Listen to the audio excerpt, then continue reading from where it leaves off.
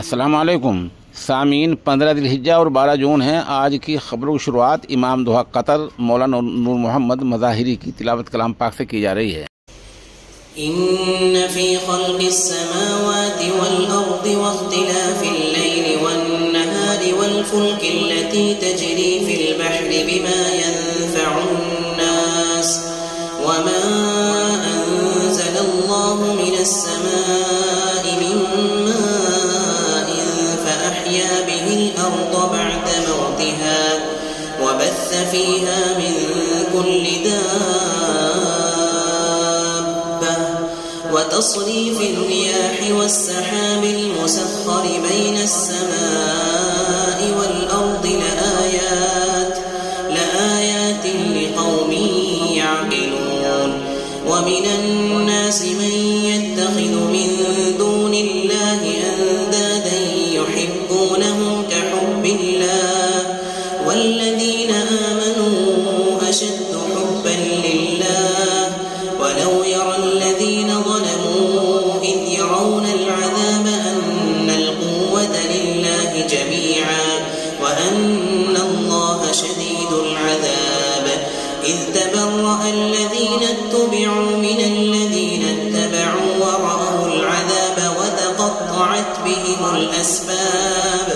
وقال الذين اتبعوا لو أن لنا كرة فنتبرأ منهم كما تبرأوا منا كذلك يريهم الله أعمالهم حسرات عليهم وما هم بخارجين من النار يا أيها الناس كلوا مما في الأرض حلالا طيبا ولا تتبعوا خطوات الشيطان إنه لكم عدو مبين إنما يأمركم بالسوء والفحشاء وأن تقولوا على الله ما لا تعلمون وإذا قيل لهم اتبعوا ما أنزل الله قالوا بل نتبع ما ألفينا عليه آباءنا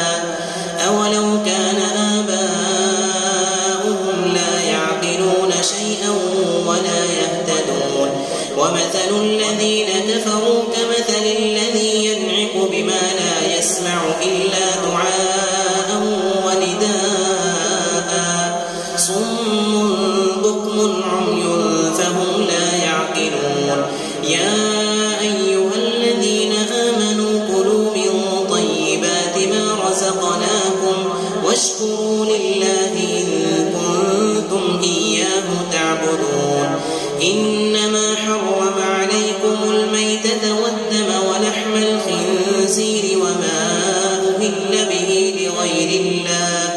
فمن اضطر غير باغ ولا عاد فلا إثم عليه إن الله غفور رحيم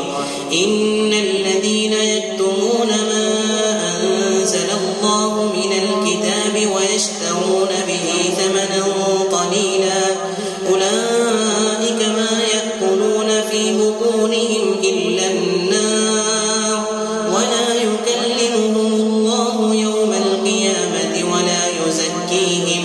ولهم عذاب أليم أولئك الذين اشتروا الضلالة بالهدى والعذاب بالمغفرة فما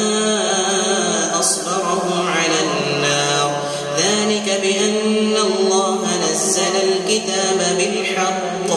وإن الذين اختلفوا في الكتاب لفي شقاق